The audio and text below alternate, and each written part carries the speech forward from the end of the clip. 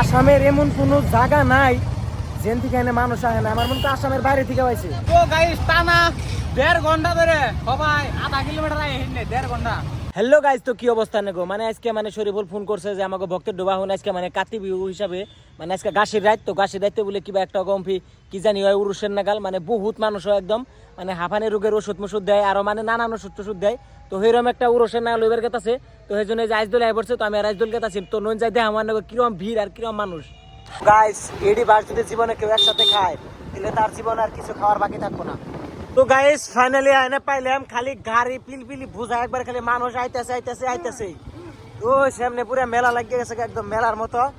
তো গাড়ি দেখতা শুনি আরো মানুষ আইতে আছে, রাস্তাটা বুঝাই খালি মানুষই সব মানে খালি রোগের চিকিৎসা বেড়াইতেছে। তো নুন যায় যায় দেয় আইতেছি কেমন নাকি।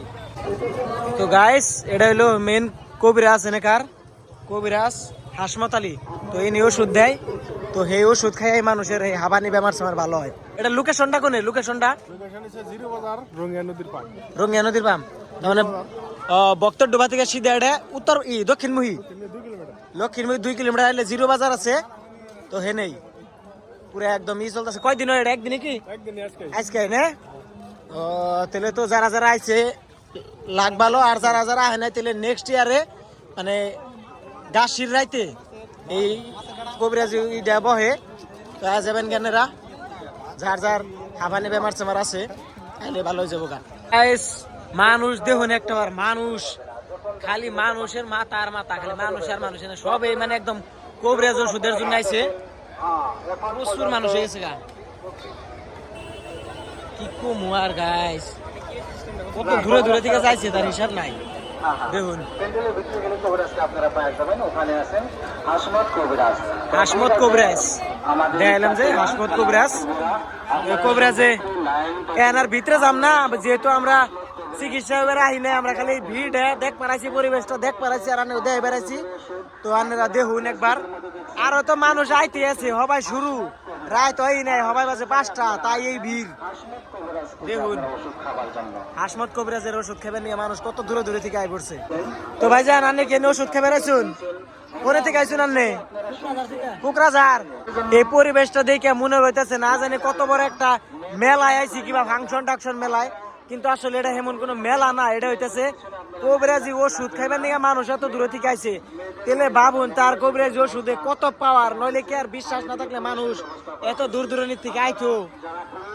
যারা যারা এই হাবানি রোগে ভুক্তভোগী আছুন এই বছর তো মিস করলেন, তো সামনে বছর যাবেন গে ভক্তের ডোবা চারিলি থেকে সোজা 2 কিলোমিটার দক্ষিণমুখী আইলেই জিরো বাজারে হাসমত কবিরাজের বগল আইলে প্রস্থানে আইলে চিকিৎসা হয়ে যায় হাবানি রোগের।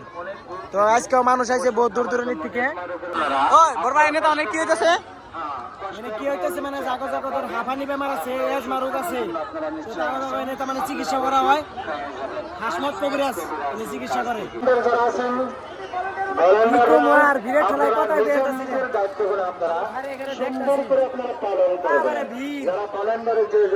দেখুন মানুষ আর মানুষ খালি আমরা খালি কোন ওষুধ খাবার আই নাই, তো পরিবেশটা দেখ পারাইছি। আসামের এমন কোন জায়গা নাই যে হেন থেকে মানুষ আয় নাই। ভিতরে যাওয়ার পর দেখলাম বাবা মানুষ ভিড় আর মানে আইতে আছে এত শেষও নাই।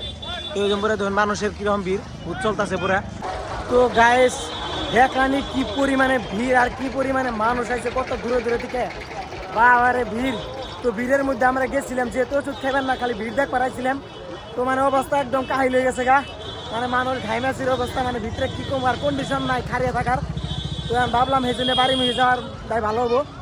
তো বাড়ি মুখে গেছি গাছ।